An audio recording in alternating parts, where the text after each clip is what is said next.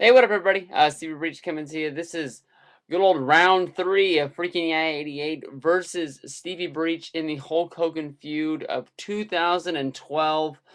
Basically, I made a video, he made a video, I made a video, he's made a video. Now this is round 3.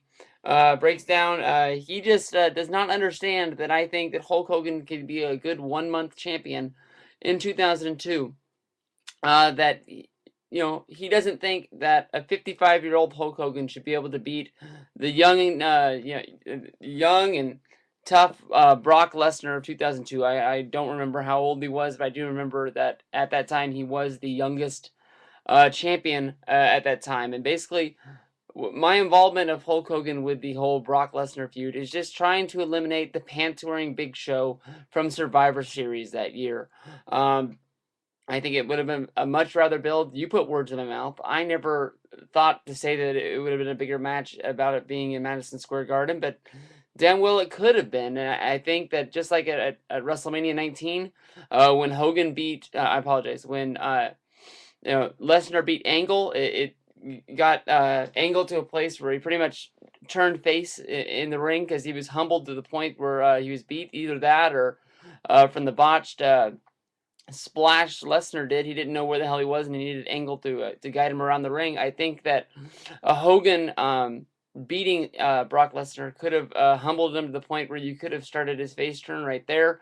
I think that you could have gone to a much easier match of Angle versus Hulk Hogan, because you did need to get the title on to Kurt Angle in order to get him to WrestleMania for Brock Lesnar.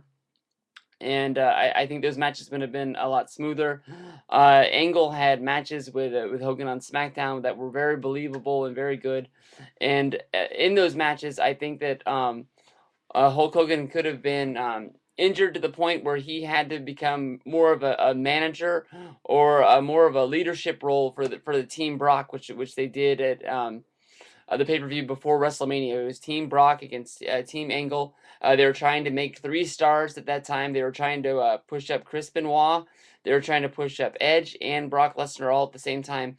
And I think it would have been good if they would have had Hulk Hogan in their corner, or giving them leadership in the weeks coming on SmackDown to there. I'm not saying that Hogan needed to squash Brock Lesnar to the point that he was there. I was thinking that it would have been a good rub for Brock Lesnar to sort of be humbled by Hulk Hogan. Could have Hulk Hogan in his back pocket and give him that extra rub to get him to the next level faster, because they were trying to turn him into this baby face, as Seth Mates like to put it, like the smiling with the thumb up, beach towel that they put out there. I never thought that Brock Lesnar turning face was a good thing. The guy was a monstrous heel. You should have put him out there beating guys over and over and over again. I understand why they did it, but that part of Brock Lesnar's career has never made sense to me. Next point is that Yaya is saying that Vince never should have signed Sid, or never should have gave him the clause that he put him in WrestleMania. I think anytime you have to take your competition's biggest piece of their puzzle and try to kill your competition, you need to take them out. They had already taken Flair. Flair was almost one of the biggest pieces they had. A couple of years before that, they had taken Arn Anderson. Without Arn Anderson, without Flair, you don't have the Four Horsemen. Sid at that time was one of the hottest commodities in wrestling. They were transforming him from a tag team wrestler into a main eventer. He main evented a pay-per-view with Sting. And even though he was unsuccessful, you could see that Sid was one of the future guys at WCW, whether it was a face, whether it was a heel. He was a member of the Four Horsemen. You have to take any of those pieces away that you can. Whenever you have an opportunity to sign somebody like that, just like right now, if WB wanted to kill off TNA, if it came possible to sign a guy like AJ Styles, of course they would. Even if they didn't have the biggest plans to use them, they would bring them over because they knew that would be a big knock to TNA right now. And what AJ Styles is to TNA today, that was what Sid was. It was one of the youngest stars they were building up at the time. They had already established Sting as a main eventer. Sid was the next guy that they were going to push to that point. At WrestleMania 8, he said that Hogan and Sid was bad. Nobody liked it. It wasn't the fault of the ending. It was the whole match in general. Basically, this was all built around Hulk Hogan's retirement match. He was leaving. I think this is when he was going to do Suburban Commando. And just like Piper had done, I think that Hogan was really banking on this being the movie that was going to put him as a big star. It was him, Christopher Lloyd. I think the chick from the Back to the Future's in there. He was really, betting that this was going to make him a Hollywood star. He'd already done No Holds Barred at the time, but he was thinking this is the one that was going to break him free. And he wasn't going to be a wrestler anymore. He'd already done it for years and years, and he thought that the money he had made was going to be enough, and then he was going to make even more in Hollywood. Hogan matches were never supposed to be, match of the night. We've already gone over this in round 1 and round 2. They're mostly just there to be the star. He's the guy on the posters. He's the guy on the wrestling buddies. The guy on the figures that the kids buy. They pack him in the door, and while they're there, they get to see the other guys in the matches of the night. I don't think it's hard to knock. I don't think it's hard to give props to Macho Man and Ric Flair, but they were they were in a high card match. That was the second part of the main event. But you also can't prevent Bret Hart versus Roddy Piper. I think that's one of the matches, the best matches either one of those guys have had. Also, if you want to see another good match, there's Shawn Michaels and Tito Santana in the opener.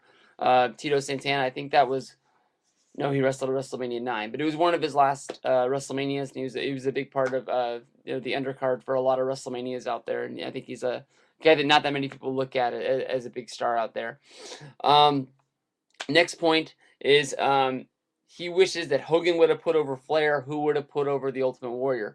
The Ultimate Warrior never would have needed anybody to put him over if he wouldn't have left at SummerSlam 1991. He was fired by Vince McMahon because moments before he went out before his match, he said, "I'm not going out for the match unless you give me, the six-figure amount of money that I think I am deserved right now." That wasn't in his contract, wasn't a part of his bonus for the gate. Just, hey Vince, I'm a big star. Give me some more money. You wait to the end of your contract, then you negotiate to get more. You don't just hold up the guy before you're supposed to walk out for your match. That led to Ultimate Warrior being gone for 8 months. When he came back, he looked a lot smaller. He wasn't the big star that he was. No, not the big star, but he wasn't physically that big of a guy anymore. You could definitely see that he shrunk. And, Vince didn't want to put over the Ultimate Warrior that quick because his return only lasted 5 months. 5 months, which then turned into 4 years, which only lasted into a 3-month. Ultimate Warrior doesn't deserve, anybody to really put him over. He needs to really get into his spot. Even after that spot in 1996 when he left, it took 2 more years for him to come back to WCW, and he was only there for maybe 4 months there as well. Basically, if Warrior just would have, kept his mouth shut, and Warrior would have, just done what he was supposed to do, he never would have had to have anybody put him over at that spot. WrestleMania 10, he said that Vince was not high on Luger. If you go back to the Rumble of '94, the pop for Bret Hart was much bigger than Luger. When the match first ends, the first person that they play Lex Luger's music, he gets a very big response there for you. I think that ending of Rumble '94 dragged on way too long with them trying to find the video clips, the rewind tape. I'm trying to think of the easy word, but I can't say it. They were trying to find a camera angle that they could show where Luger didn't hit the damn mat on the way down, and they made it look like both feet hit there. There's a camera guy easily standing right to the left, but they never show you that camera shot. I think that the crowd just got taken out of it. They waited way too long for Jack Tunney to come out. Even when Jack Tunney did come out, they waited even much longer to get out there. With WCW and Vince McMahon's creative control, he said he never put over anybody except for Goldberg. Billy fucking Kidman. I'll give you those 2 words right there. That's a little shout out to Paulie. But he put over Billy Kidman during the whole $1 Million Club. I think Billy Kidman beat him on 3 straight Nitros. 3. Before that, he lost to Arn Anderson twice on back-to-back Nitros. Trying to put over a match with Flair on a pay-per-view. He also was one of the first guys to hand the Giant the title. He helped build the guy who became the Big Show. He lost to Lex Luger on free television on Monday Nitro. I don't think Hogan had problems losing at the right times if he knew that he was going to do things. He knew that the NWO was getting stale. He needed somebody to be able to beat this guy, so the NWO could keep running down these WCW guys. That's why he lost to Luger. Of course, he lost to Goldberg. He asked to lose to Goldberg. He also asked to be the first guy to beat Goldberg. But that was an awesome night at the George Dome. I was there.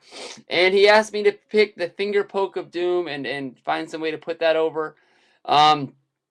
That was a fun show to be at. It was pretty cool, and it launched the whole Goldberg versus the NWO thing, which would have much lasted into a bigger feud if Goldberg wouldn't have punched the limo windows with his arms to try to make himself look bigger and better. He should have just used the tire iron, but instead he tried to drop it, trying to make himself look like a bigger man.